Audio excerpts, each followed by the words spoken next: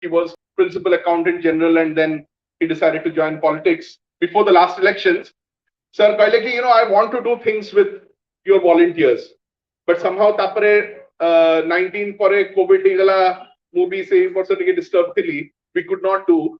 Then recently, he called me to the launch. I mean, not launch, the discussion of his second book, and then we again got talking, and we thought that let's have, because Pratham, since Bakul believes in volunteerism, that is what we're trying to do. Now, something that are we just working, or are we reflecting on what we are working? Is that a questioning going on? Are we trying to, gain insights into, because on somewhere we want to do good, but maybe what we're trying to do leads to bad things. Our intentions may be good. So it's very important to have a critical thinking, interrogating our own thinking. And I mean, how can we be active citizens without engaging with the political discourse? Political discourse does not mean political elections, electoral politics. It means jaha hochi amara, samaje jaha hochi, to engage with different issues. And sir said, I'm ready. You organize a session, I'm ready. So we could not, think of a better person. And Sankar Sapalod, I did, there's always a problem of how do you introduce him. He is, of course, a member of parliament, but then he's more than that, because he is a thinker, So if you go to his profile, if you follow him, you'll know that Budaya parliamentary committees, not just on technology. Technology, of course, is one of his pet subjects. Technology, of course, he's on many formal, informal committees, biodiversity, climate change, many committees, finance-related many committees. So then he said that let's not have a one-off session, let's have a series. So I welcome all of you to the launch of this series, Question Hour with Dr. Amar Patnaik. And hopefully every month we will do this. Not hopefully, we will do this every month. And we will also try to move out. But then beyond this, it will also, we will take it to different colleges. Okay, and different institutions, maybe at the end of the session. So we will not keep it long. So we will start with the question, and sir was very clear. I think that is why, I am very happy that we are having this session. Sir, when I asked many of our volunteers, how do we design the program? They said, that is a conventional method, but that is what he doesn't want, and I think it's good. So you need not just ask questions, you can also give your opinions, suggestions, right? And that's a wonderful way to engage with policy making. Sir, before we start the question. Thank you, Sujit, for such generous words, and thank you to all of you for coming over here on this evening.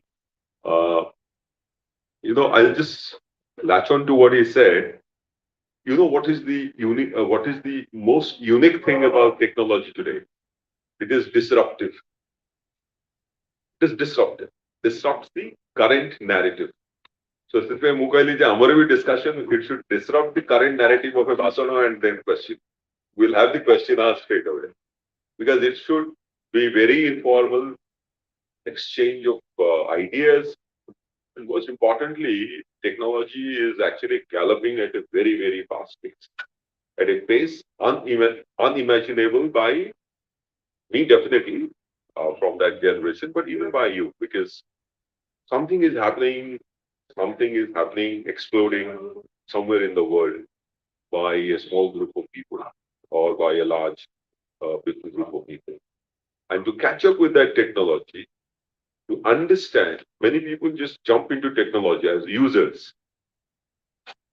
That's fine, that's good, because you can innovate, you can do many things. But there are also dangers to technology, use of technology. So if you are girls and women, you realize that the danger that it can have because of the large amount of data that is generated and stored in the system. And this data can be misused, abused, used in a wrong way, not only to cause you bodily harm, which is possible, but even to cause you mental harm to our mothers, to our children, to our brothers. It can take any kind of shape. And with artificial intelligence, which is coming in a big way with IoT and all, it can be anything. So when I was a member of the standing committee on data protection bill, see, I've been a student of physics. When I was in the services, civil service, I was basically an IT auditor. I had to audit IT systems. I've audited IT systems of even United Nations, so large systems of United Nations. So I was acquainted with IT, the hardware problems and the software application problems. But the way IT is now galloping ahead, you can imagine that it is very difficult to actually keep pace with it. Both the users as well as those who want to regulate that IT. And the applications are becoming enormous with different uses. Is there a time while we keep on using it? We'll talk about it. We'll do it. So why I'm saying all this, the content, because it is moving too fast. So let us interact, let's know. And that will probably help me in the parliament, in different committees, or even normal house, to raise some of these issues which might be bothering you, which could actually make sure that technology is not misused or abused. Technology is put to its rightful use. And also importantly, I always believe, this is a very important statement that I'm making. The technology is basically a support system. It should not take charge of your lives. That is what Elon Musk says when he says that AI is something which is going to probably control your lives. The Frankenstein might also come. So people world over, including the European Union and many of the countries, all over the country, they are thinking of picking in stricter regulations for AI algorithms and all this. Maybe, sir, we will just discuss this. My idea is to communicate something, whatever I know, learn from you what your concerns are, and let's see at some forum we should actually keep those people who are in the business of IT, those who are also generating these applications. Many of these unicorns, many of these IT-based startups, they're basically using data. We question the big tech monopoly over a number of things, but it is that monopoly itself which is allowing them to create some of the innovations that we all like. Both the things have to be balanced. So this is what we will discuss. Thank you. Sure. So, I think, of course, I have the question that some of you had posed when you registered for the session. But theme-wise, I will ask if anyone has any question. The mic can go around and you can ask. And so what we'll do is we'll cluster the questions together. So on this note, Sir Jo Kahile, maybe the first set of questions can be personal about how he got into technology. Does anyone have any question about him and becoming a voice of technology, or a kind of, I don't know if we can use the word ombudsman, or someone, basically someone who, watches over, evangelist. And regulation. And regulation, yes. Anyone has any questions about his personal journey into technology? Kahare kuch questions achi?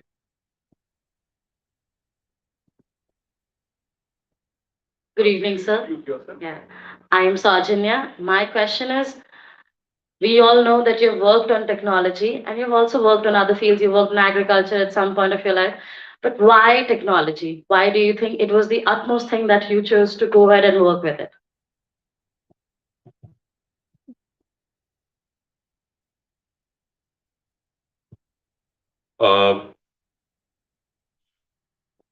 The straight answer is, which is known to all of us, because technology pervades our lives entirely now in every sphere, every aspect. If you have an Alexa in your house, you get up and start asking Alexa about things. So technology is making our lives simpler in almost every aspect. You talked about agriculture. Now, agri-tech is a big field. FinTech, you already know all the thing that you're doing of making payments through UPI system is completely FinTech. New solutions, you're ordering in Uber and Ola, that's technology. If you are going to hospitals and trying to get better service, Then people in the doctors are analyzing your health data by using technology, whether it's an X-ray plate or an MRI plate. Technology doesn't necessarily mean only applications. Technology is also, if you think about the atom bomb, was a technological innovation at that particular point of time. So technology, then the insurance sector, this is called insurtech. Then there is the banking sector. He's the banking guy. The entire thing is driven by technology. In fact, it was one of the first adopters of technology. The scientists, science and technology, the science department itself by name uses technology. If you talk about, government itself, which delivers services to citizens, it has started using technology because it was otherwise falling behind. And therefore, it has adopted technology in dispersing benefits to you people, in dispersing municipal services. If you're going in the metro, you will find that the entire metro, the transportation model that they use in just in operational research, they use the word transportation model that they use is basically technology driven. So technology is, for me, and you would agree to this, not just computer applications. Technology is anything which is actually trying to change the way you are doing things. So it could be a simple adoption of a equipment which is not software based, but it could be just a way in which the earlier task becomes simpler. So that's also a technological innovation.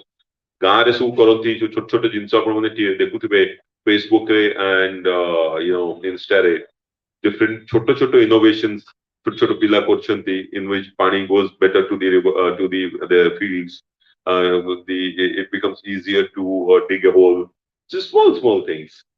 And now with the kind of advances that have been made, where you can use devices, the IoT, Internet of Thing devices, and computer-based applications, technology has pervaded all our lives.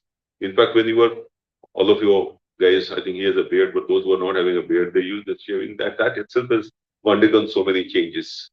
And so that is why I thought it comes automatically to me. But when I talk about technological revolution, why I chose about it, or why I chose that particular area, that's because when we used to audit IT systems, big systems, our concern used to be, let's say banking system.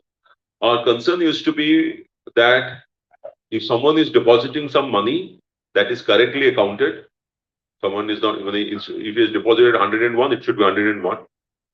Then it is reflected properly in his account. And when he wants to draw that money, he should be able to draw the entire 101 rupees. So that is something called IT security and compliance. So I used to look at this. But then when I came into the parliament and member of the personal data protection bill, then I realized the other facet of how data can be used in different ways by using technology. And therefore, when this incidents happened of Jammu and Kashmir or in any places where data of women were used wrongly, or when a particular, I remember this incident when an Oriya girl rang me up from Bangalore telling me that someone has morphed my face and circulating a dirty video. I rang up the Minister of State for IT now, Mr. Rajiv Chandrasekhar, because I thought it could be, the WhatsApp University or whatever, it could be the political nature. So I called him up because I thought there was nothing political about it, but the girl's personal privacy was being hurt to extent unimaginable. ଆଗରୁ କଣ ହଉଥିଲା ଆମ ଯଦି ଏଭଳିଆ ହେଲା ଆମେ ଗଲେ police station ରେ case ଟେ କରିଦେଲେ police ତାକୁ ଧରିଲା. By the time you react 5 hours, 6 hours or 24 hours, this particular video would have seen the entire world. So this is why I got invested in this field, because it affects all our lives. It affects my seniors, it affects my junior colleagues like all of you, it affects my children, it affects my parents, it affects my sister, everybody. So, and children data is another big area. The deep fakes that are created and are played in the under the wave.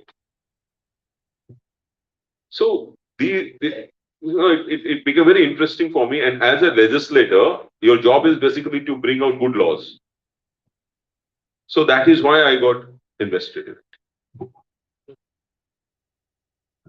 Thank you very much, sir. I think the next very generic questions, there are a couple of questions that people have about young people and policy making, engaging with policy making. Something that we are hoping that these sessions can lead to. I think Samparna, you had a question? Yeah.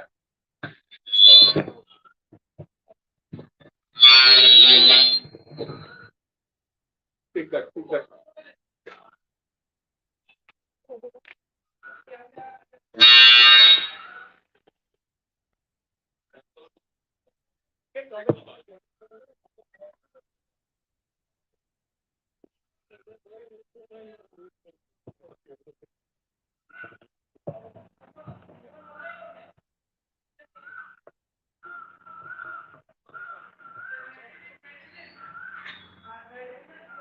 Good evening, everyone. It's an honor to speak with you, sir. My name is Amar Patnaik, and my question to you is: how can the government effectively engage and involve youth in the policy-making process related to technology, and what steps are being taken to ensure that their voices are heard and their perspectives are being taken into account when making decisions that impact the youth? Thank you. Thank you very much. Santosh, you had a similar question. Do you want to add to her question, or do you think her question covers?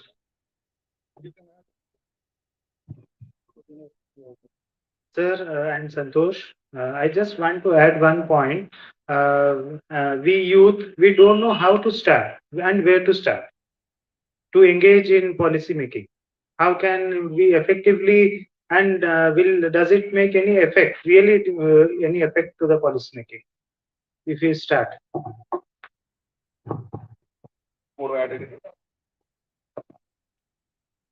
You are a member of the BJD. You are a Rajya Sabha MP from that party. BJD as a party or Odisha government, what are they doing to ensure that the youth or us in general can be a part of this policy making process? For example, we know that LAMP is a fellowship thing that the parliament conducts. Why, as of now, do we not have anything similar, or when is the government going to get started so the youth at least gets a chance of getting to know or get a closer look at policy making while working with the current MPs or the Odisha government in general? Any other question on youth and policy making, so that sir can, because there will be convergence, of course. Very difficult questions indeed. But thank you so much for these very interesting questions. Questions to think. Most of us somehow in our country think that policy making is in the domain of the executive bureaucracy or the government. That's not actually true. Most advanced countries or advanced economies, there the policy making is done. Of course, policy laws and laws will have to be done by parliament. The rules will have to be made by the executive. Operation of those rules and acting on it will be made by the executive, the bureaucracy. But the common citizen, common citizenry, as they say, has a lot of buy-in into this policy. They participate in this. They want to control that policy.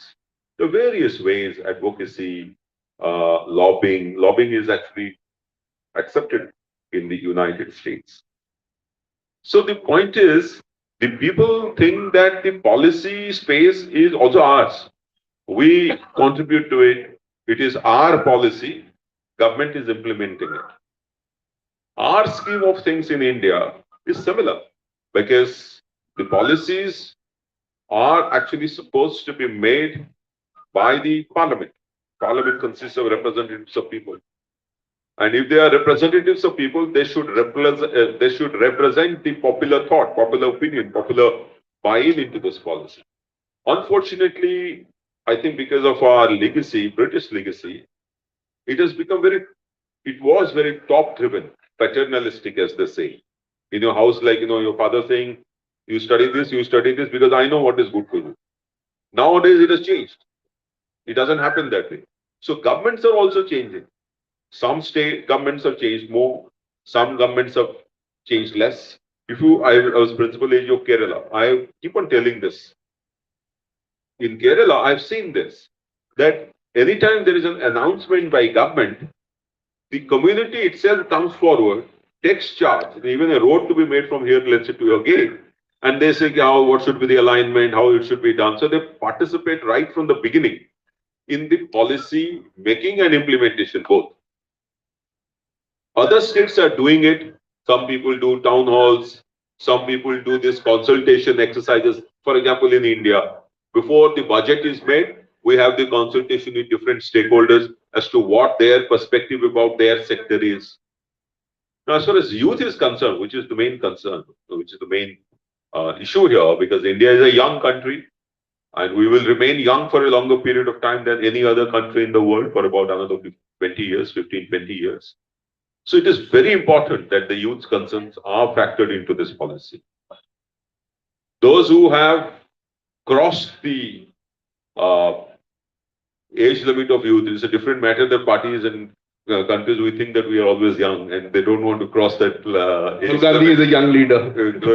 Cross that age limit. But it is important to realize that it is they who are considered as the demographic deficient and are going to drive this, are going to take this country forward, are taking this country forward through innovations, through new way of doing things, through adoption of disruptive technologies. So their involvement in the system, to the extent it is required, is probably not what you are satisfied with as it appears from the questions. I agree that I think there are enormous scope. Things like this that we are doing, lawmakers should find out, people who are writing laws should find out. There is some amount of research which is done by people who make policies. But that research, I thought is very, it is too organized. The youth of today want their thoughts and processes to be factored in, not in a very organized way, but as I said, in a very disruptive way. It can come from any source. There should be there should be a channel available to communicate this. Now, in Odisha, for example, let us say, when we go to villages, when we go to the tier 2 cities, when you go to the universities, the students express their feelings, their expectations from government. I think all political parties and all political leaders, we have to realize that getting the feedback from the people is like exercising their franchise. Voting is not the only way, election is not the only way to get the feedback. It is a continuous process which should happen throughout the year, throughout the 5 years, throughout the 10 years, because it's a continuous evolving situation. So as far as that is concerned, India as a country, I think there is much to do. We need to participate much more. We need to have these kind of discussions much more.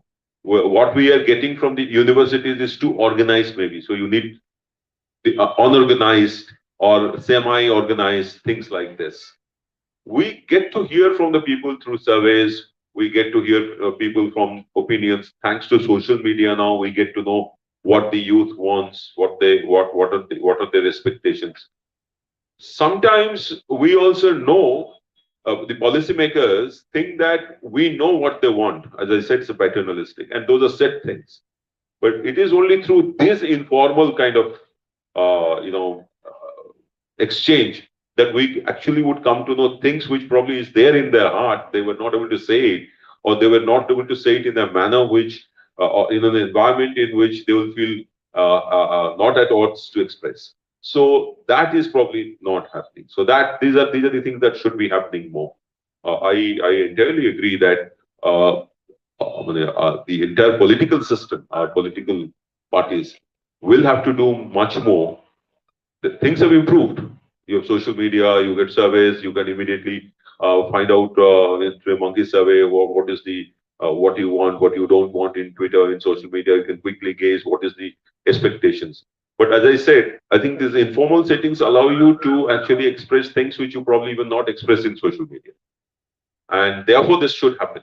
That's a takeaway from for me from this set of questions. I'm sure other political leaders would be knowing this, but I think this giving a space to the youth to interact in a semi-organized manner, not in a very formal manner, informal manner, is what is required. This happens in many of the advanced countries. I was in Germany recently. There was a town hall I saw where people of the town go and come and say whatever they want to say.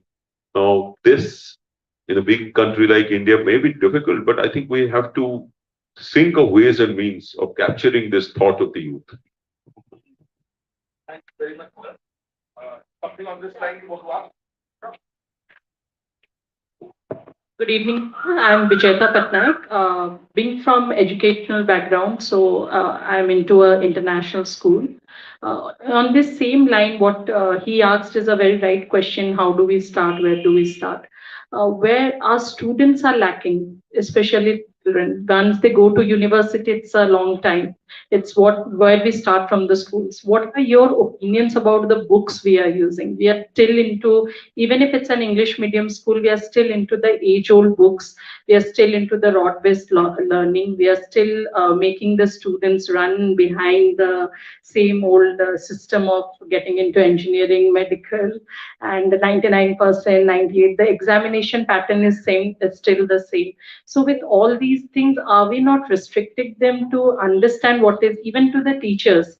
As the teachers, even we are restricted to understand what is policy making, what are our roles in policy making, or how do we understand technology, the role of youth, anything what comes into the government. We are not aware, even most of the students are not aware of the latest things which are going in the country. Definitely they are into social media, but they know latest happenings in the life of the Bollywood stars rather than what goes on into the celebrities, and even into the political figures. It's most like the controversies rather than the other policy making things which goes on. And if this is the situation for the students of English medium school, then you know that government schools lack even the basic infrastructure. So what are your views on all this? Thank you so much. In fact, I didn't answer that question. Where do you begin? Where do you begin? You see, that's what I was referring to when I talked about Kerala experience. The problem is that youth are not. Why youth? I think the entire citizenry, all of us, think that policy making is the domain of the executive, which is not. And therefore, they take it as granted that unless the policy flows down, we will not be able to participate. No one is inviting me. You are not having that buy-in over there in policy making. The involvement of people, youth in particular, in policy making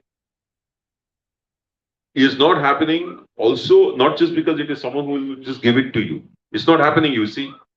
The consultations are held in five-star hotels or in some place, some 100 people will come. It's some questions will be asked, some discussions will be made, and that's factored in. The kind of informal setting in which you collect ideas is not happening.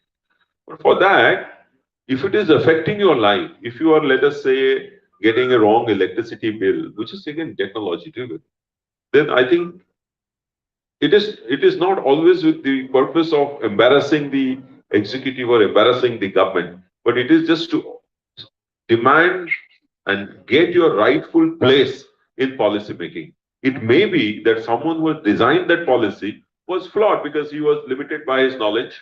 He was limited by his knowledge of the ground reality. You have much more knowledge about the ground reality and therefore say that this is what is happening, and you spend some time for it. I will give you a thought on this. You will find that since you're talked about education, you would know that in the while seeking admission in foreign universities at the undergrad level, particularly in the United States, your community service is assessed. How much you've given to the community.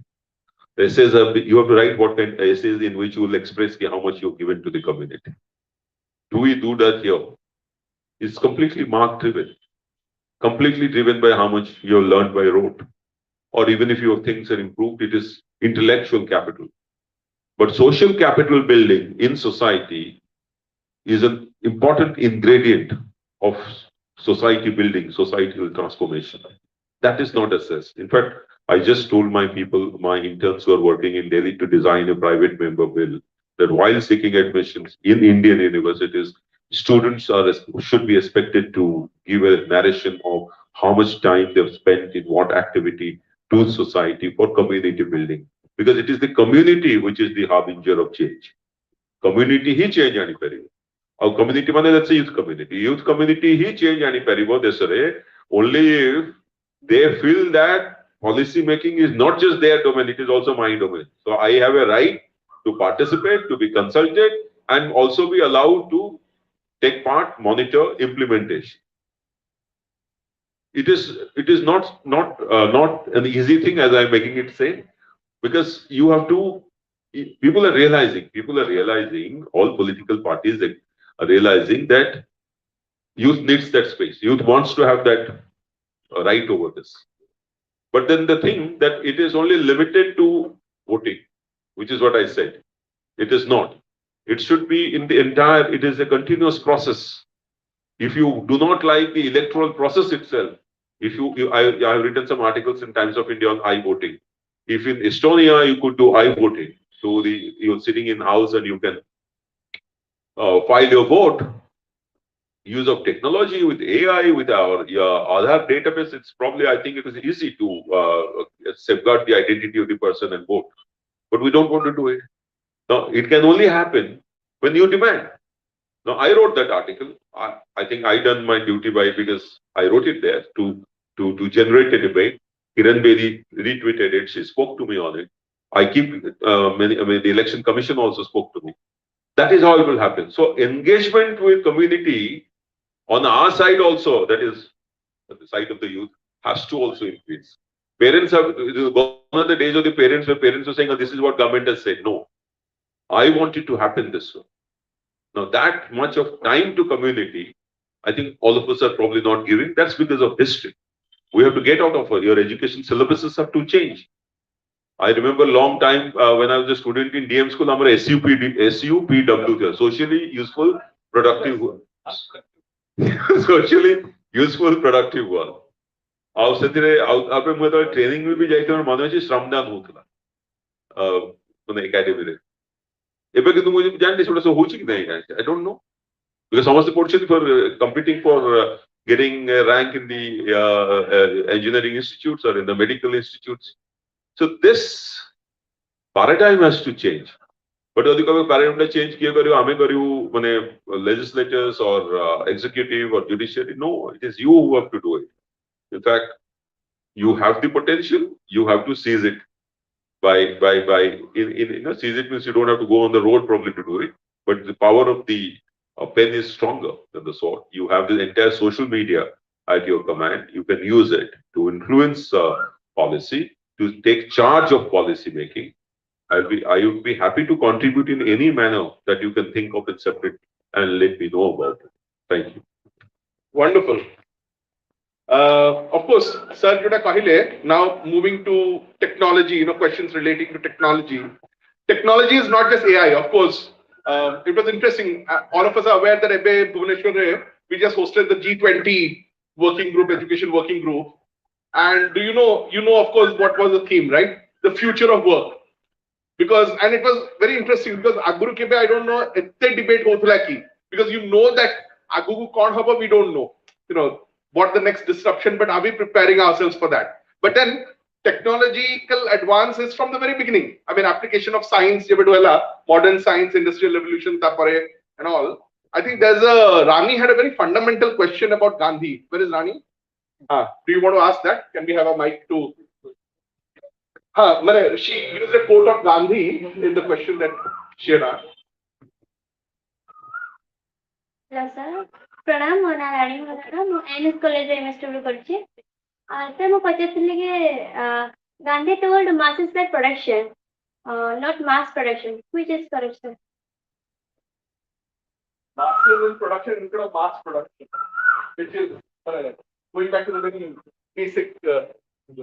And क्या करे हो जाओ?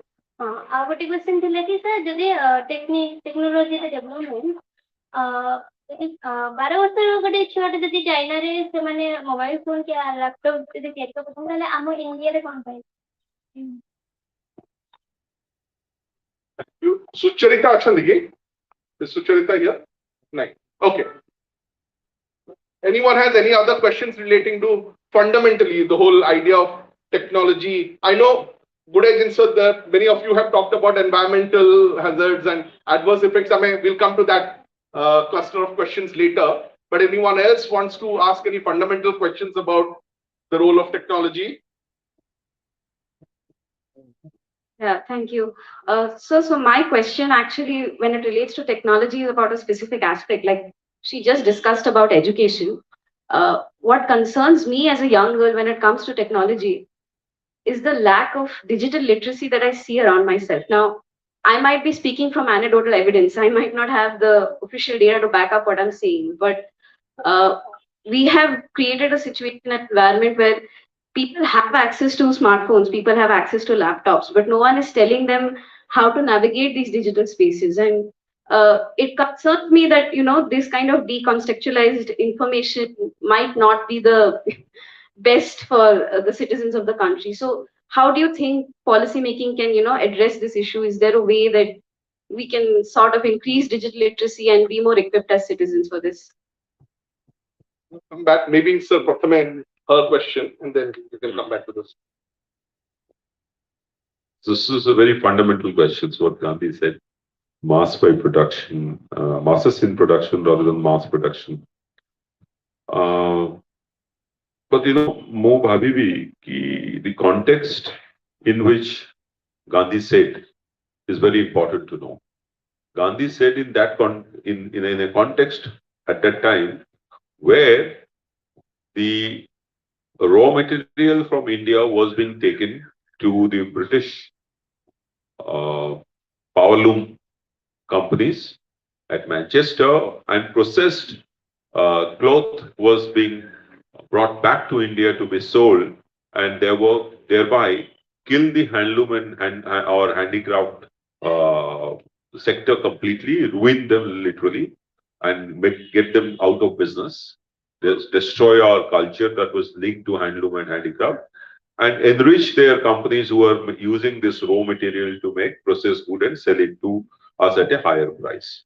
That was the context, and therefore Gandhi said that I don't want mass production, and that is how it started. The entire non-cooperation movement it started. So the mass production, and he also had a second thing, that mass production by using assembly line, which is what is used in most of the countries, most of the places since the second industrial revolution, results in loss of jobs. So I give you the example, the handloom weavers and craftsmen, they lost jobs because they were stitching it by hand. Much cheaper, and it is brought back. The other thing was that if big companies are there in a country where there are so many people, it cannot give jobs to so many people, and therefore Gandhi propagated that cottage industries should come up. And cottage industries are the ones which will use more labor, and therefore the capital will also be less because India was a poor country, and therefore people will get engagement. I do not discard this at all. In fact, it is at the core of my thinking as well, that if you want to generate, this is not really technology related, that's why I'm talking broadly. If you want your country to have a GDP growth of, a high GDP growth, is it necessary that you have to only do it the way all of the world is doing it now and not the way Gandhi said? I'll give you the example. and I say it at other places as well. Suppose you, in your family, in your household, there are there is a father and there are four brothers. Now, if you want to calculate the GDP of the household, which is possible, GDP is goods and services produced by that particular group of people. So suppose one of the brothers is actually going and earning, producing goods which is giving them 100 rupees, then a rough, on a proxy calculation of GDP of the household is 100 rupees. There is another way in which also the GDP of the household can be 100. All the four brothers go and work and get only 25 rupees each. That's also 100. Gandhi was talking about the second. But the economic thinking at that time, Adam Smith, neoclassical economics, believed that competitive advantage, only few people will keep on making the cake bigger and bigger. The government will be there to take some money by way of taxes and then cut that taxes, cut that cake and distribute something by a trickle-down theory to the people, those who are not able to generate that. That is the neoclassical economic thinking. Many people have challenged it because that creates asymmetry, inequity in society, and that I relate to this. The digital literacy, digital illiteracy is also contributing substantially to digital inequity. One is not knowing, another is not having access. And in poorer places, it is only 25% have access to digital devices. So you can imagine that the fruits of technology are being enjoyed only by those who have access. And a large chunk of people are there in rural areas probably who are deprived of this fruit of technology, the advantages in advances in technology. Having said all this, however, I must add that the other day, the German ambassador to India, Philip Ackerman, he told me that I'm amazed. He's been traveling to all places. He says, I'm amazed the way illiterate people in India sitting in tea stalls are using technology and sending money left and right here and there. Now, that is not explainable. That is probably explainable by a theory which is called SCOT, social construction of technology. So what happens is technology gets constructed depending on the societal needs. That during the pandemic induced lockdown, there was a felt need. There is no other way you could actually communicate with these people, give them food, and they can sell and do whatever because of the physical restrictions on your movement, which is never done, which was seen only 100 years earlier during the Spanish flu. So the disruption that took place is that these so-called, not so-called, in fact, they are digitally illiterate. They just know the phone, the smartphone, they just know the application, and they just say send and send. It is a tribute to our EPI technology, the public digital infrastructure, that we have been able to give this to them. But it is fine. I think when we drive a car, we don't really know that what constitutes the engine and how it drives, how the propulsion takes place. You are not a physics student to know all this. That only then you can drive a car. So that's what is happening. But it is important that digital literacy is given precisely for the reason I started my conversation with you, that using is fine, but your data is also going. This data can be misused. So they should know how much to share and how much not to share. Whether consent is required or consent is not required. Whether I should give consent or not. And now the laws should be there that while giving consent, the person who is taking the data will tell you, okay, I am going to use it only for this purpose. If he is using for any other purpose, then the law would be that he has to seek fresh consent. That's the UGDPR, European Union's General Data Protection Regime, the regulations. We may also have similar. So that is what we have to convey to these people in rural areas who are using this, or who are going and swiping their card in the POS in rural shops. That is important. And that is what is required to be done at a mass level, at a mass scale. So I think Gandhi never opposed technology from the point of view that it is bad. He looked at it from purely employment perspective. He looked at it from an equity perspective. which is very dear to me as well. Equity, income equity, wealth equity. The current classical thought of creating wealth by a group of people and then distributing through trickle down, that's followed all over the world. This new classical economics paradigm, as they say, is probably not right. I would request you to read, just Google and read later, maybe. This guy called, he's a Nobel Prize winner in economics, Joseph Stiglitz. Stiglitz says that there are three existential crises in this world. He's been saying for the last 7, 8 years now. One, inequity. First, he says is inequity. Second, he says climate change. Third, he says is democracy. For those who are interested in reading Joseph Stiglitz, we have a sister concern library, the LKM Center. It has many books. But hats off to sir. I don't think I would have, I don't know how many of us would ever in our lifetime be in a position or be ready to be in a position where ask me anything. It's like kuadu Google aisiva, kuadu call aisiva, and I think such profound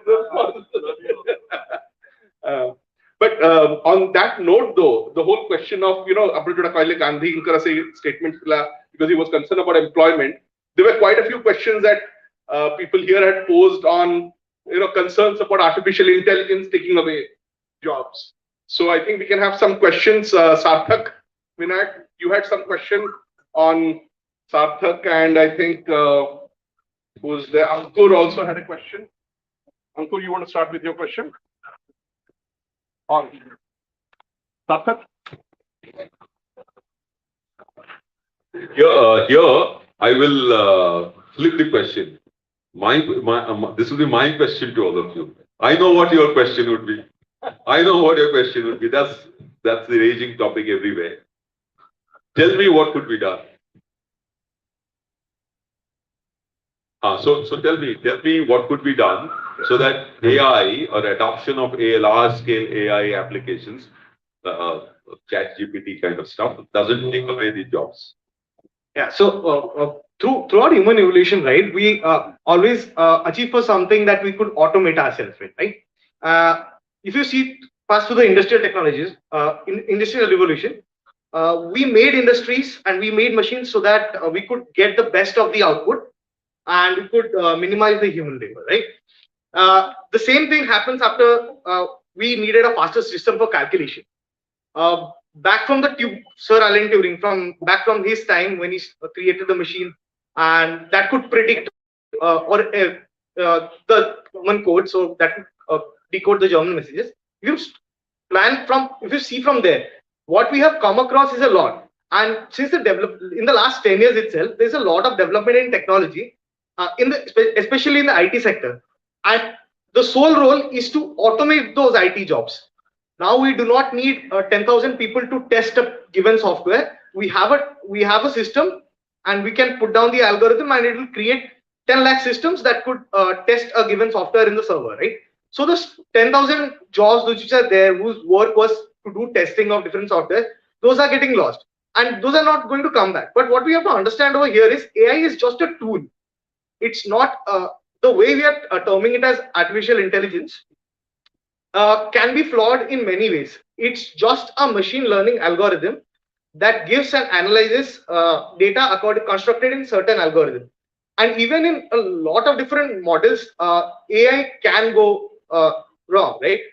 So what do we have here? Like, what's the picture there, right? We have a world where we have a given base of technology where we can use to achieve a lot of different things.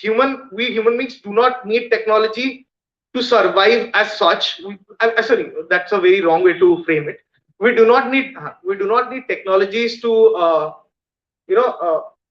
buy our entire life from us. We can use it to create a lot of different things, right? You can see there was a steep decline in the farming sector a long time ago, right? From the 80s. Okay, because we'll have others. Oh, 40. Sorry.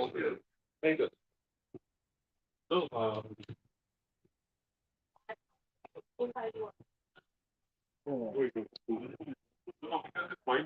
I didn't get it. Are you saying that AI is not going to take away jobs, or are you saying that even if it does, it is not a matter of concern?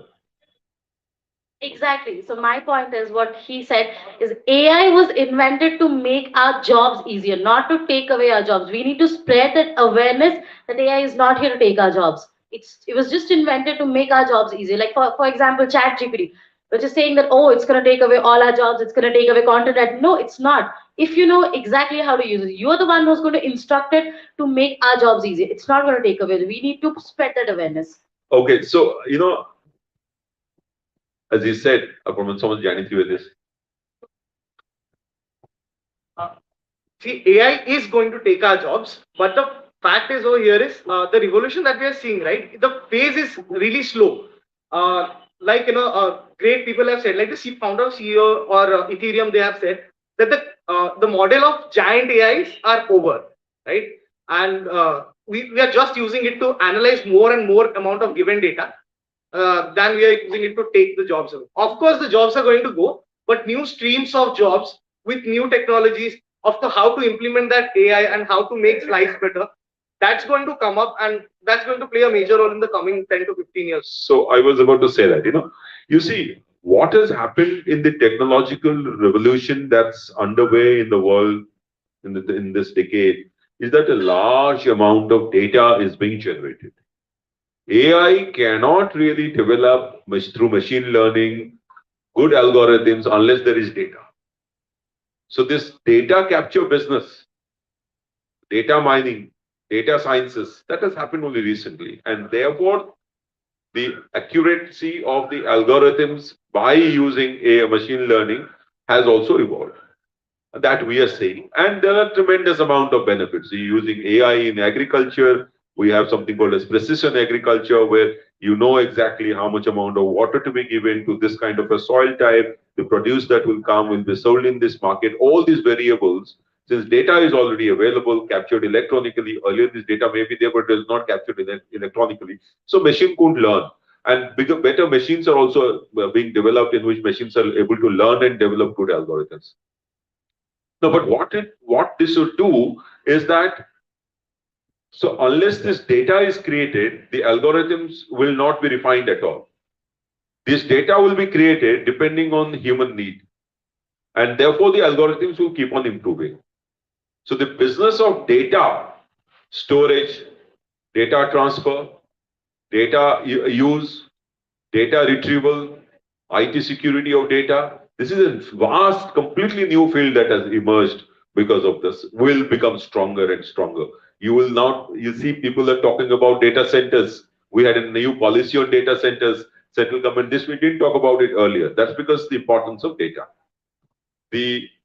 After using AI, while it will probably take away some jobs which doesn't require the human intervention, but at the same time, it will keep the efficiency of the system unimpacted or better by not having the human system.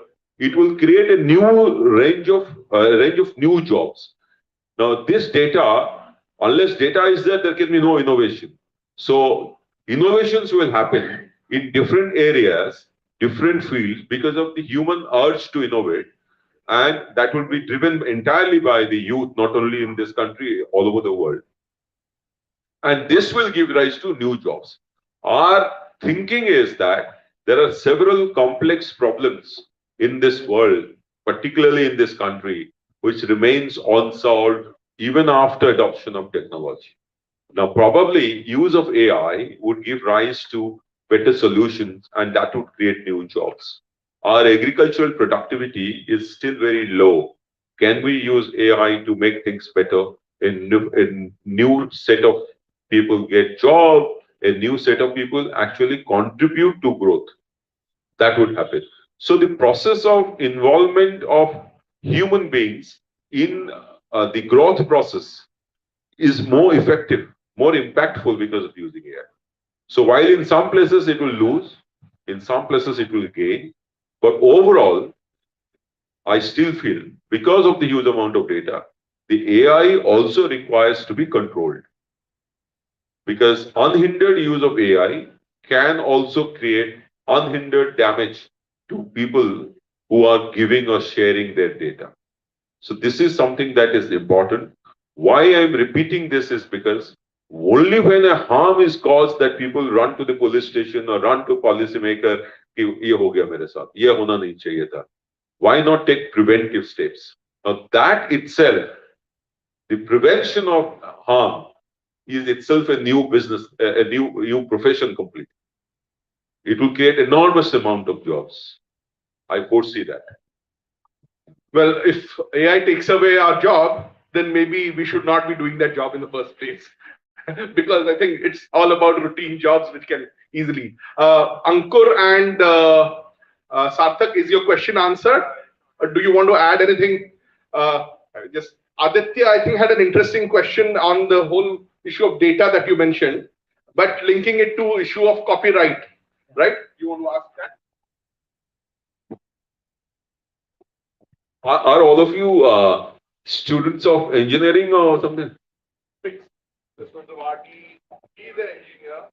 There are a lot of high schools. So that answers her question. You asked me why am I invested in technology, just as you all are also invested in technology, coming from different streams.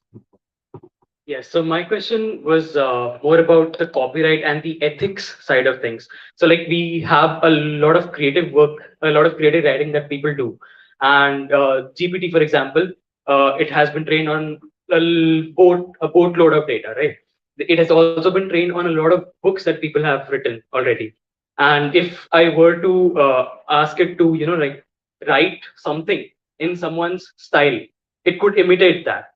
And that's simply because it has been trained on the data that like, let's say, for example, all of Rabindranath Tagore's poems, because they will available on the internet, GPT has been trained on it already. So what do you think about this whole issue? This is exactly what I have been saying. That is why we need regulation. That is precisely the reason why we need regulation, code of ethics, a kind of code of practice by all stakeholders, by people who are collecting the data, people who are processing that data, people who are transacting in that data, and people who are making use of data to deliver different services. So the ethics part of it, just like publishers have a code of ethics. They take stories from you, or let's say policeman who collects evidence from you, but is not supposed to share it. Journalist is not supposed to share it. So there are certain code of ethics that will have to be put in place. And regulations also, because if there is a violation of the code of ethics, then what is the penalty going to be? So this is what is slowly also kicking in. If you would have read 2-3 days back newspaper, that the big tech are going to be regulated very strongly in the UK and USA, new laws, Digital Markets Act. We had recommended in the Finance Committee, India will also eventually come with a Digital Markets and Services Act. It is basically to contain this. This is not to contain innovation or constrain innovation. Basically to balance innovation and misuse. And that is equally important. So the job of policy is to make a balanced growth in society. So when you talked about the Ethereum system, the crypto, and the that's a new field completely, because that's Web3, peer-to-peer communication. What has happened in technology? All of you should realize this and think about it. I spoke about it in a conference in Delhi, that technology is slowly redefining the geographical concept of nation state. As you read in political science, India with this much of geography bounded by this is slowly changing. Now, if you Web3, I can do a peer-to-peer transaction without our central bank knowing about it or anybody knowing about it. You can do an NFT transaction by using crypto without anybody having any control over it. The world is going in that direction. Now, I have always said, our country, India, we have not yet accepted, given a regulation for crypto. We're thinking whether to ban it. RBI is strongly in favor of banning it. I have spoken in Parliament that instead of thinking of that, because you can't ban it. You can have a ban in law, in papers, in theory, on a piece of paper, but nobody can enforce it. What is the use of having a ban if you can't enforce it? It is not possible to get it enforced. So better is to regulate it. Because if you regulate, then you are also trying to contain the harm that it can cause. And to regulate, to enforce, if you are not having capacity, develop that capacity. So I spoke in Parliament to Finance Minister, and she agreed completely that instead of banning it, we should think about regulating. But for developing that regulatory power, you need to have capacity. RBI was hesitant because probably didn't have the many central banks all over the world because they knew it's disruptive. You don't know what is happening. The central banks generally know what is the total quantum of money supply in the economy. That's how they have been born. That's how they have been asked to regulate. That's how their laws are made all over the world. But here there is a system which completely bypasses the thing. So naturally anybody would be scared whether we can regulate. But to scare and to close your eyes means you may actually be losing the power to control them. You imagine a situation where people, instead of transacting through this money supply of the RBI within the country, M1, M2, M3, starts doing through the crypto route, and half of your transactions shift there.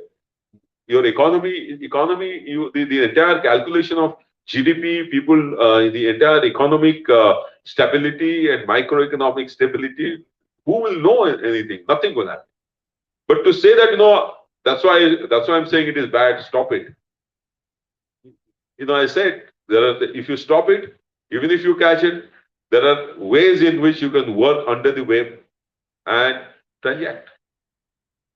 So I had said, I've written many articles, if you Google, you'll find that there is, and Finance Minister Madam Sitaraman also said this in the IMF, that for these kind of technology, the concept of geographical boundaries for nation state has disappeared.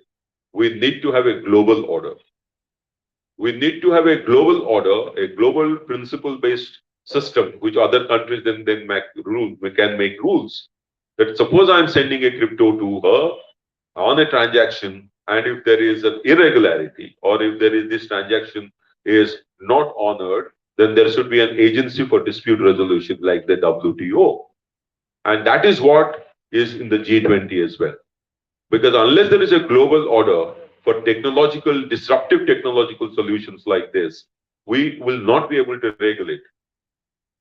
So these are large things, larger picture, these are bigger picture and the larger canvas, which all of us have to think about, all of you, because you are going to be the biggest users of that system.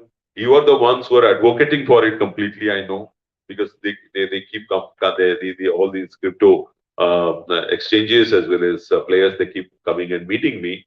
But we say that so far, two things. So far, as I said, social construction of technology is a theory. So far, we have not yet seen the use of technology use of crypto technology or crypto virtual private assets to create that kind of a killer application which will give benefit to a large number of people. If that happens, as I said, social construction of technology, so society itself will want it. What is currently happening is that it has been bolted from the top. And as I said, anything that is bolted from the top at this point of time in history, at this point of time in human civilization, is not acceptable, is not good. Priyanka, you had a question about ethical considerations, which sir anyway addressed. Is there anything else you want to ask? Okay. And Priya, you wanted to ask about AI and skilling youth, right? So you feel it is answered? You want to? Okay. I read one question. Again, all of you, open to all of you. I said it has to be an interaction. So how should we be using technology, AI-based technology, in different areas in government? Different areas in government means I don't mean that government as in departments and bureaucracy. I'm saying in our governance, how to improve our lives. While making this statement, I was drawn to that question which she mentioned about, or you mentioned about inequity. How can we use this to reduce inequity in our society? Only 1%, Yeah, 1% anyone else control wants that to wealth. respond? So how do we use all this technology and AI to reduce inequity in our society, improve the condition of our farmers, because 60% depend on farming as their livelihood? Let me hear from you. Anyone? Yeah. Please introduce yourself. So namaskar. I'm from OUTR Bhubaneswar, formerly CD Bhubaneswar. So to answer your question, I believe that there is one major issue, which is lack of awareness among the people. As you said, let it be farmer, let it be any sector. So people do not have the proper knowledge. They do not know the proper channel. So if some way we can implement this AI to give them the proper awareness that these are the steps that you can take, or these are the approach you can take in order to get these government schemes or get these initiatives. I believe that could be a very you can say breakthrough approach, because let's say sir, I have my own startup again sir. No, sir. Like for one example, sir. So let's say I have my own startup, but I do not properly have the proper knowledge. What are different? ଆପଣ ମାନେ ଗୋଟେ demonstration farm ନେବେ agriculture farm ଏ ପାଖରେ ଗୋଟେ କିଣିଲେ ସେଇଠି use କରିବେ AI to see the use of water and soil health and other things and show that this is how it can happen. Then people will see it and adopt it. Government will be forced to do it. That's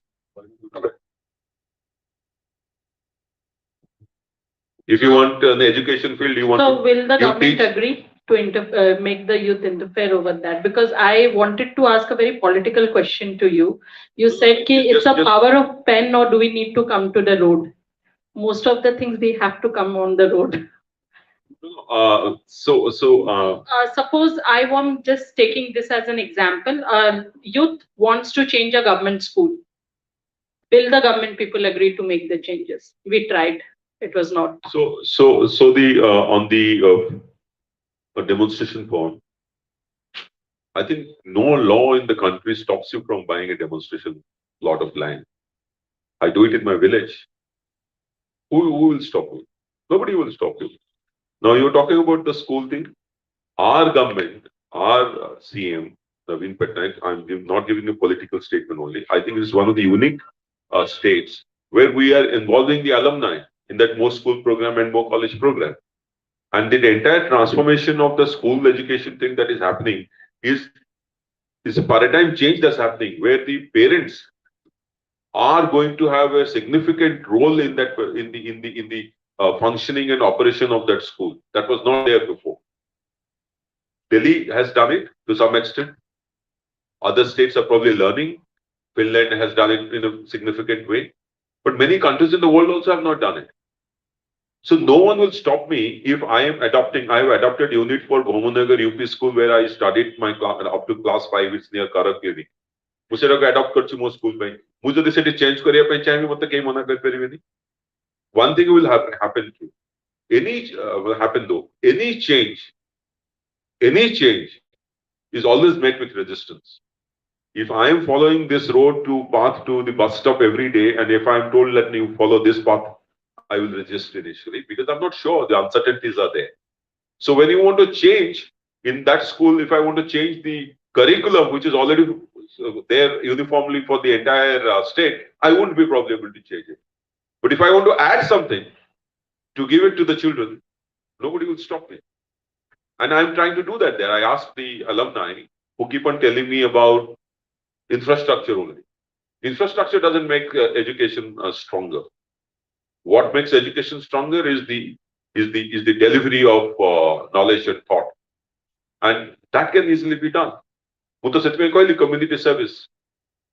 I was lamenting with Mr. Subrato Bakshi the other day that we in India, such a large country, such a young country, and such well educated, we do not have a Teach for America program like the one which is there in Teach for America, where student youth go and teach. Teach for India, whatever is there in Pune, is very limited. Very limited. I have myself tried to be there. So we need to have this. Now that the entire Teach for America or border doctors across borders or whatever, these are all private initiatives. It's not government initiative. Sir, just ଟିକେ ଏଠି ଆପଣଙ୍କୁ interfere କରିବି sir. I'm really very sorry for bringing this. But sir, are you sure कि infrastructure important नहीं? I go to a school in Shamsundarpur, ଗୋଟେ 8 kilometers village plus Patharagadia area. ସେଠି ଗୋଟେ room ରେ 1 ରୁ grade 1 ରୁ grade 5 ଯାଏ ପିଲାମାନେ ଗୋଟିଏ room ରେ ବସନ୍ତି. There's no electricity. Even ଯଦି ମୁଁ ବି ଯାଉଛି ସେଠି ଗୋଟେ lesson delivery କରିବା ପାଇଁ ଯଦି ମତେ ଗୋଟେ ବେସିକ ଫ୍ୟାନ ବି ନ ମିଳୁଛି ମୁଁ 15 ମିନିଟରୁ ବେଶୀ ସେଇଠି ଆଉ ମାନେ ଯେତେ ବି ମୋର ମଡର୍ନ ଷ୍ଟାଇଲ ଅଫ ଡେଲିଭରି ହଉ ଷ୍ଟୋରି ଟେଲିଂ କରିକି ହଉ କି କିଛି ବି କରିକି ହଉ ହେଇପାରୁନି ସେଇ ଜିନିଷଟା ଆଉ ଗୋଟେ ଇଲେକ୍ଟ୍ରିସିଟି ଆଣିବା ପାଇଁ ହେଲେ କୋଉଠି ନା କୋଉଠି ଗଭର୍ଣ୍ଣମେଣ୍ଟର ଇନଭଲଭମେଣ୍ଟ କାହିଁକିନା ସେଇଠି ଇଲେକ୍ଟ୍ରିକ ଲାଇନଟା ଆଣିବାକୁ ଇମ୍ପୋର୍ଟାଣ୍ଟ ଅଛି ବହୁତ ଚେଷ୍ଟା କରିକି ଇଲେକ୍ଟ୍ରିକ ଲାଇନ ଆଇଲା ପରେ ଅଭିଯାଏ ତାଙ୍କର ଫ୍ୟାନ ହରକା ଲାଗିଲା ବେଳକୁ ସମୱଟ ଲୋକମାନେ ଇଏ କରୁଛନ୍ତି show don't you feel that କାହିଁକି ଛୁଆ ମାନେ ପ୍ରେଫର କରୁଛନ୍ତି ଯୋଉମାନଙ୍କ ପାଖରେ ପ୍ରିଭିଲେଜ ଅଛନ୍ତି ଭଲ ଭଲ ସ୍କୁଲ ଇଭେନ ଆଜିକାଲି ଆପଣ ଦେଖିବେ ପବ୍ଲିକ ସ୍କୁଲ ଛାଡିକି ଇଣ୍ଟରନ୍ୟାସନାଲ ସ୍କୁଲ ମା ବାପା ପ୍ରେଫର କରୁଛନ୍ତି କି ମୋ ଛୁଆ ଏସି ଭିତରେ ରହିବ ଭଲ ଖାଇବା ଖାଇବ ତ କୋଉଠି ନା କୋଉଠି ଇନଫ୍ରାଷ୍ଟ୍ରକ୍ଚର ସାର୍ ଡେଫିନେଟଲି ମ୍ୟାଟର କରୁଛି ଆମେ ଭଲ ଇନଫ୍ରାଷ୍ଟ୍ରକ୍ଚର ଆଇ ଏମ୍ ସରି ଯଦି ମୁଁ ସେଟା କମ୍ୟୁନିକେଟ ଠିକ ଭାବେ କରିପାରିଲିନି ମୁଁ କହିଲି ଯେ infrastructure alone will not improve the school education system. Infrastructure is necessary, but just giving infrastructure, mere infrastructure, without giving proper teaching aids, proper teachers, well-trained teachers, teachers who are continually improving their knowledge base, is of no good. That's what I was trying to convey. Having said even all that, I can still say, not to say that great thought leaders. Are we trying to say that ଇଣ୍ଡିଆରେ ଆଗରୁ ଯୋଉ ସ୍କୁଲରେ ଥିଲା ମୁଁ ତ ଗୋଟେ ଗାଁ ସ୍କୁଲରେ ପଢିଥିଲି ତ ନଥିବ ବୋଧେ ଇଲେକ୍ଟ୍ରିସିଟି ମୁଁ ଭାବୁଛି some place and ତାହେଲେ କଣ ଆମେ we have not contributed to the growth of knowledge in India or growth of knowledge in society. It has happened. So infrastructure, I'm not saying because of that you should deny it, but infrastructure is important. But I think infrastructure is a very small component of generating knowledge in the society.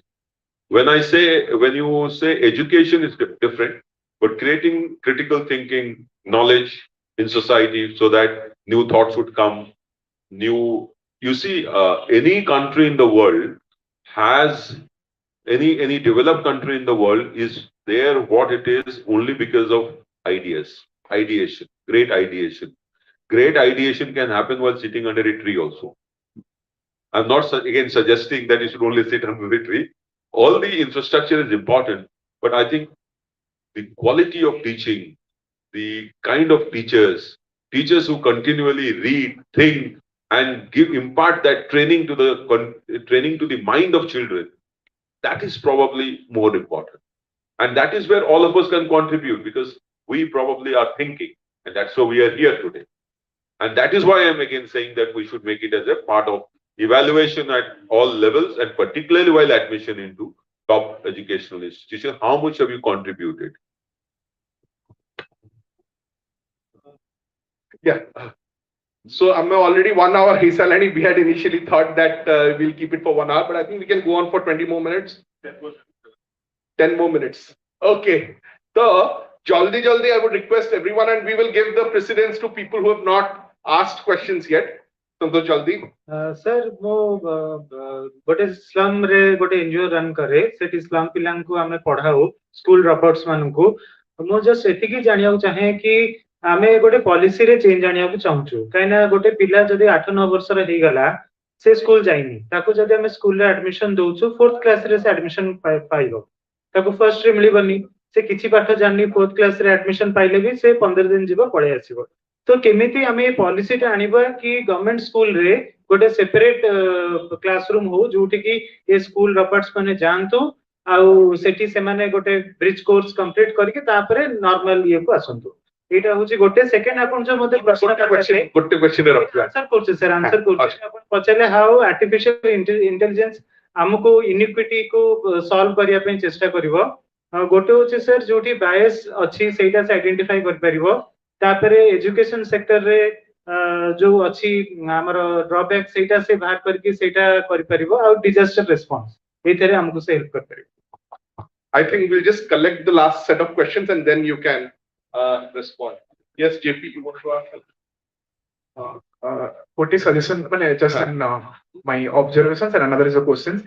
First question, observation is that talk about like the free market economics and neoclassical economics that you told about, and specifically say I'm somebody said like even if you also said that why not we start everything and why not you start everything, but technically if you see that colonial mindset is somehow in our colonial nations would have already ruled out regions that already we feel that let the government do it because it's already government control the mindset is same thing let the government do that, let the government do that. So it has not been that much free market. The developed nations, they have already been, I mean, not been colonized, even in colonized both ବର୍ଷ ହେଇଗଲାଣି ସେଇ ଜିନିଷଟା.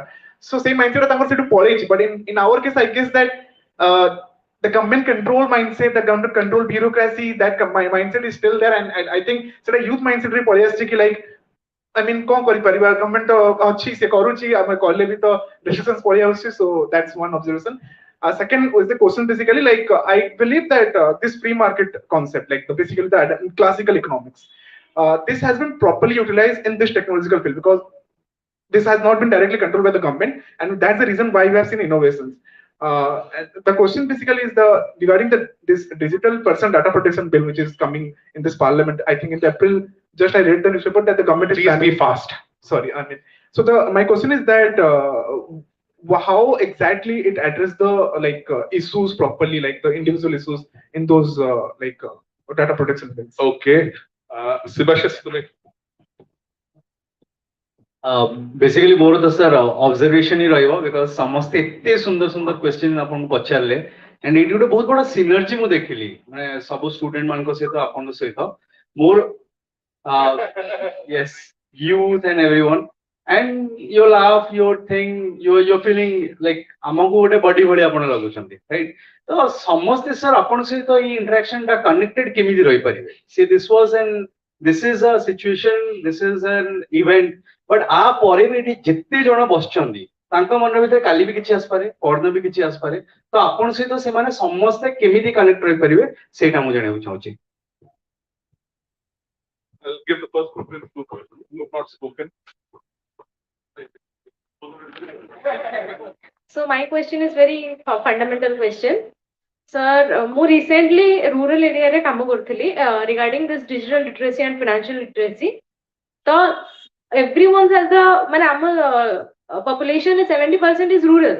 So आमे 30% cream layer AI machine learning ये सब जिनसे कथा होचंदी people are not माने प्रारंभ बोध LKG UKG जानि नहंती.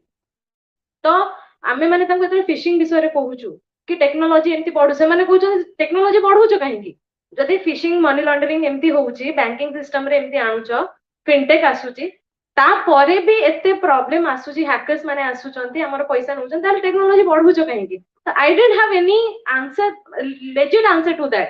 मु एमती कहिबा को त कहि देबी हां वी कैन नेवर से कि no to technology, no to development, but मो पाखरे भी से जिंस जदि हमको प्रॉब्लम ही होउची एतिकी एंड आमे before giving that instrument to them कि आपण बैंक रे अकाउंट करंतु ए जिंस करंतु यूपीआई यूज करंतु मोर ट्रांसपेरेंट रहिबा को ता परे भी हमर कोड ना कोड ग्लिचर होउची सेमटू एतकी प्रॉब्लम होउची. तो हाउ कैन वी एड्रेस बहुत ग्रासरूट जिंस जोटा कि से माने बहुत प्रॉब्लम फेस करूचंदी. Thank you. Well, I think let me address these questions first. Pratama Hoji, what Subhashish was saying, and she was saying C as a suggestion. I think we should remain engaged because I know, as I said, it should not be a one-off thing, which is a very government kind of a thing, probably that you have only once a budget and once everything. If you want a continuous interaction, this is how new ideas get generated and new thoughts will come into it. So, of course, I am available in my social media all the time. Amar #4 Odisha. Amar #4 Amar for Odisha. So that's on Twitter and also in Facebook and Insta. Everywhere it is there. Twitter, of course, if you post it also, I'll be trying to give a reply. Or Amar #4 Odisha @gmail.com is my email. So you can write and then I'll try to answer. But I think all of you could think about how to share the suggestion properties you'll give. Correctly, then we can remain connected and make that network grow. Because I think what we lack is critical thinking and ideation. Ideation has to improve. I am firmly at this age and after traveling after traveling all over the world, both in work and in education. As I said, mu Unit 4 re padichi. Unit 4 Bhamanagar UP School re. Tapare hochi BJP College re. Tapare St. Stephen's College re. Tapare mu jaichi. I have been to Kennedy School. I have been to Wharton. I have been to London School of Economics. I have been to anywhere. So I've seen the entire gamut of education from the primary to the tertiary education, highest level tertiary education, to see that anything that has happened, any path-breaking thing that has happened in the world is through critical thinking, ideation, and what he was saying, challenge the current paradigm. There is a book called Structure of Scientific Revolutions by Richard Kuhn, yeah, Robert Kuhn, Richard Kuhn. So, Structure of Scientific Revolutions, Thomas Kuhn. So that happens. You can Google and probably find it out. So so here he has said that if someone was in a paradigm that Earth is at the center, and then the new paradigm says no, Sun is at the center, that's because we questioned the current paradigm. So unless you question the current paradigm, you will not get new knowledge, body of knowledge. Who questions the current paradigm knowledge, the base of paradigm of knowledge? In that book, it is written with evidence that most of the scientific inventions that took place in the world were done by people who were young or people who were not from that field. If Dalton gave the periodic table, he was a person who used to read the weather reports, and he made the periodic table, which is from chemistry. If you see Herbert Simon, he talked about bounded rationality, got a Nobel Prize in economics, but he was a psychologist. So don't close your minds and ears. Think and question the current paradigm. So that is to you that if you have always been told that this is the right thing to do, that's our education system. That's not only in Orissa, it's in India or it's the world over. There's only few people who question it, and then they get support, and they probably solve the world's problems better, or they explain the things better, and then people start jumping into that bandwagon. This book explains that. Why it is called scientific revolution? It is because it's just like a revolution. There's no bloodshed maybe, but it is a bloodshed of thoughts. One thought wins over the other. So that you should do. Apangar jo question thila, this is in fact very good idea. I would like to engage with you more.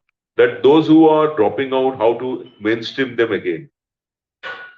We have these special schools for people who are for students who are children who are in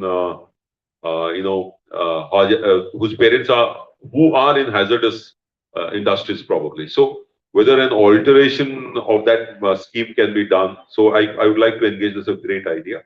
Our second use of AI to improve this thing, there are several ways, not just from these three ways. Several ways in which AI can be used, but AI can only be used if data is captured. If you do not have soil data, how will you use AI?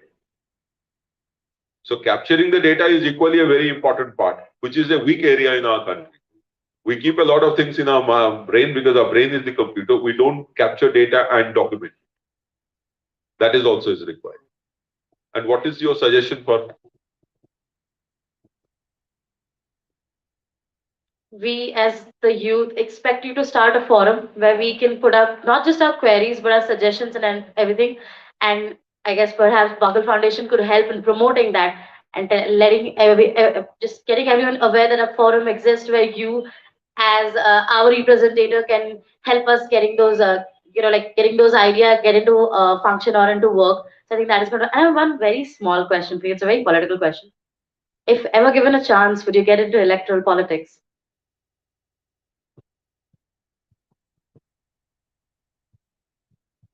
Yeah. So the first and the foremost need of India is organizing the unorganized labor, right? So the first thing that we need is skill mapping, right? And government should come up with a platform that maps skill. If I'm a driver, मैं 10 साल से काम कर रहा हूँ, I'm working driving from 10 years, and I'm a driver that I've joined tomorrow. In both of the employability level, we get paid the same, right? A driver who is in the day one and the driver who is in the 10-year day one, 10 years, after 10 years, it's the same. So we need a platform where you can map the skill, and how AI is going to do that. Uh, uh, can we talk, like, can we engage further? Like, if I have a very elaborate plan on this. So are you going to lead that forum?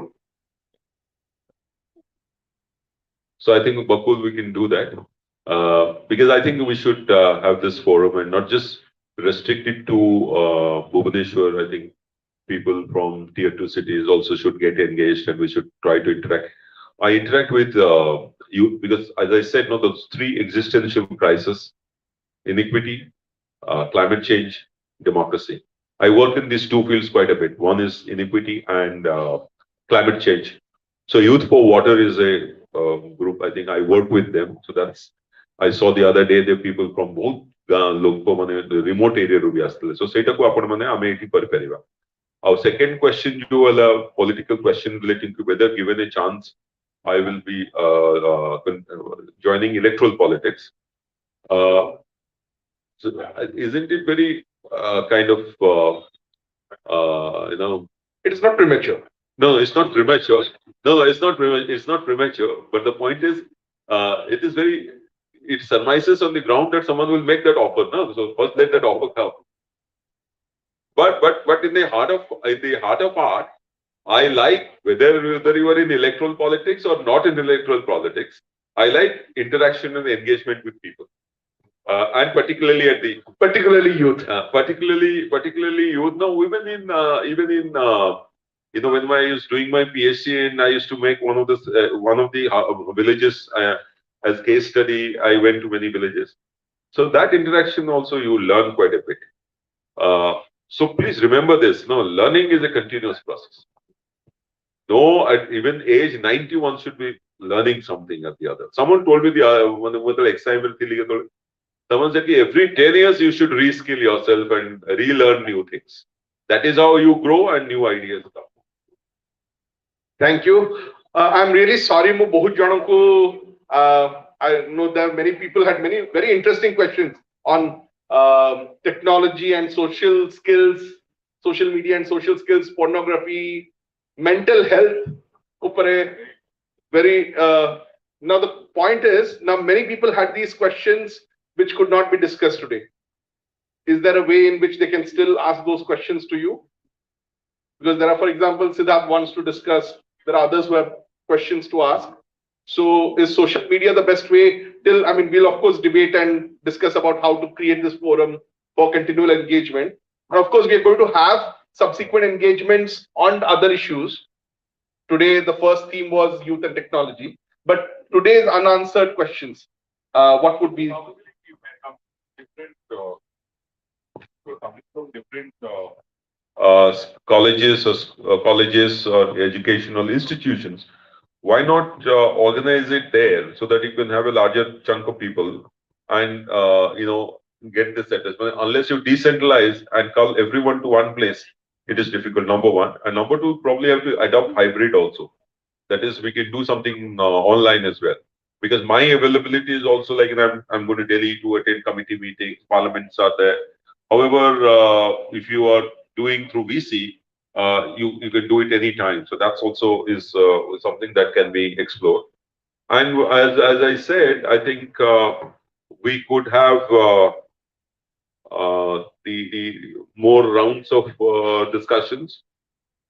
Physical is always better because you get the expression that you want to convey in your thought, and it is much more interactional.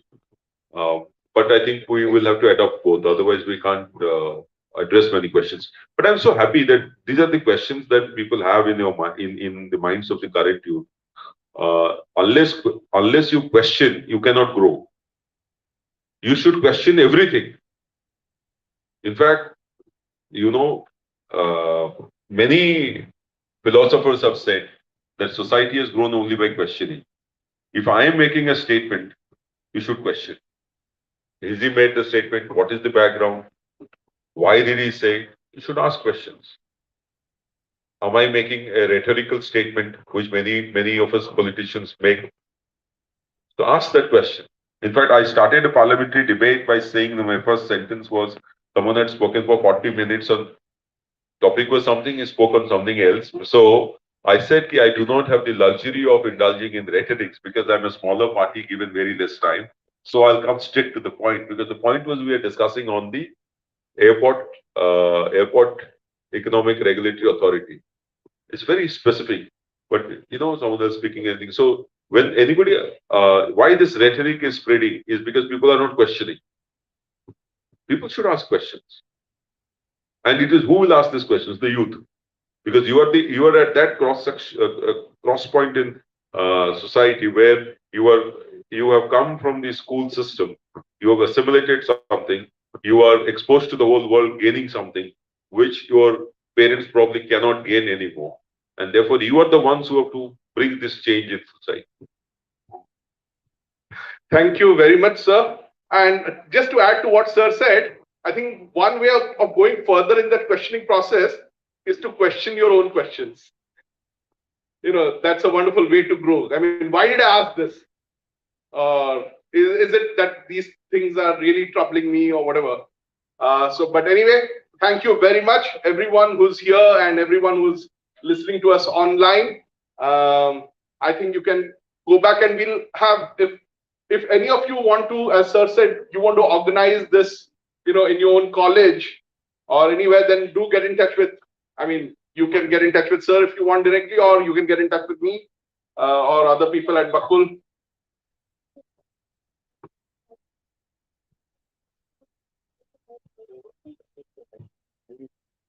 Yeah.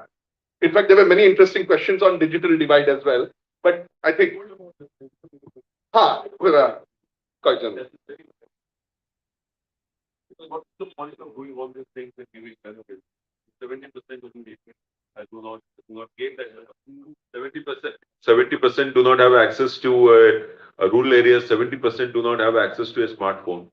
Now, even if to a smartphone, you are not make use of the system. And in many places, you do not have internet connectivity itself. You have to climb atop a tree probably to get this in Malkangiri. So, but then the digital infrastructure is being created. The Bharat program is taking a lot of time. So when governments, introduce 5G or 6G or whatever with it, it is only a small section of people who get the benefit. Our idea is to give benefit to the maximum number of people so that they get the benefit, and this digital divide which also comes because of economic divide. You don't have the money to buy a smartphone. So economic inequity also exacerbates digital inequity. I've written about all these things. You can Google, you'll find many of my articles on this. I've spoken about this. So these are very crucial issues, and therefore very important that you suggested that we should engage with those people who are deprived of this. We are talking about AI, use of AI. Do the people there, the children over there know about AI? I'm trying to start a quiz competition in the slums amongst class 8, 9, 10, 11. Precisely because of this, using a hybrid kind of a model, a very innovative kind of a thing. But never forget to ideate, ask questions. Problem with school college Indian system is that na teacher padhe sarla kare mu pacharvi ki nahi whether I look stupid if I ask this question, isn't it? Huh? Other no important nahi gotela kichi janni. Allah. The person who is the topper, and since he's topper means he is remaining very well entrenched into the current paradigm, current narrative. That's why he's the topper. I was a topper all through because I was in the current paradigm. So when I went to the US, I realized you ask any question to a professor at Harvard, in Harvard University at that level after that. The professor will never tell you that it is a stupid question. Professor will never tell you that this question is absurd. The professor will never tell you that this I have covered somewhere. He will always say, I've not thought about it, I'll think about it. If you can't give an answer, and this is an interesting question, because the minds are open, critical thinking. Then I would have learned so much. So that is the power, because that will bring change. Otherwise, what will happen is only incremental delta changes. If you want disruptive, transformative change, then new ideation. So thinking karo, konosi jinso ko bhabantu nahi ki eita to emti houni abo eta mu bhabuchi eta kon hei paribo ki. Nishchoy hei paribo. It may fail also, but you would have ideated. See, ideation process to honi na. And the technology is actually, while it is disruptive, it also brings in a lot of doing everything by routine. People just write codes, people just make data entry, people just do the banking transactions in a particular manner. No one thinking, okay, I will re-engineer my business in such a way that I may not even have to do this. That's what the thought is. Thank you so much, sir. I mean, sir is not in conventional academics, but here is a true intellectual speaking, talking about the beauty of ideas. A big hand again to sir and to all of you for your wonderful questions. Let's have a quick group photo before we disperse. And there are some snacks there. There is cha, there is mango shake, the famous mango shake, which we have at our events here. So please have it before we go. Thank you, Sujit, and thank you, Bakul, for the opportunity, and thank you to all of you. Thank you so much. Bless you.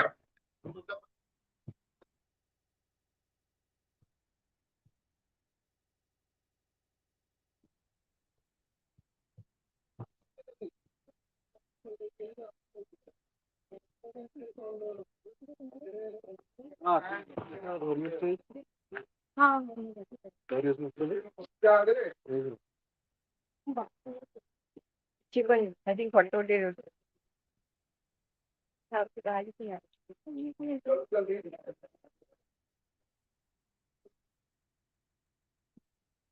Madam